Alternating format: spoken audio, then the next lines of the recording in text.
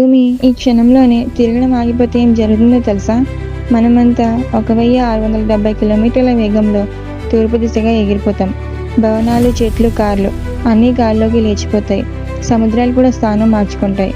నీళ్లు భూమధ్య రేఖ వైపు చేరి పెద్ద పెద్ద నగరాలు నీటిలో మునిగిపోతాయి.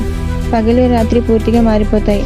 ఒకవైపు 6 నెలలు మండే వేడి, మరోవైపు 6 నెలలు గడ్డకట్టే చలి.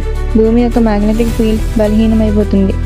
సూర్యుని ప్రమాదకరమైన కిరణాలు నేరుగా భూమిపైకి పడతాయి. వాతావరణం అల్లకల్లోలం అవుతుంది. తుఫానులు, భారీ గాలులు, భూకంపాలు వరుసగా వస్తాయి. సింపుల్గా చెప్పాలంటే భూమి తిరగడం ఆగిపోతే భూమిపై జీవం దాదాపు నిలిచిపోతుంది. ఇంత పెద్ద విశ్వమంతటిని స్థిరంగా ఉంచేది ఎవరు? బైబిల్ చెప్తుంది, దేవుడు ప్రపంచాన్ని తన జ్ఞానంతో స్థిరపరిచెను. ఇర్మియా 10వ అధ్యాయం 12వ వచనం. మీ అందరికీ వందనాలు. మరెన్నో బైబిల్ అండ్ సైన్స్ అద్భుతాలు తెలుసుకోవాలంటే మా ఛానల్ని లైక్, షేర్, సబ్స్క్రైబ్ చేయండి.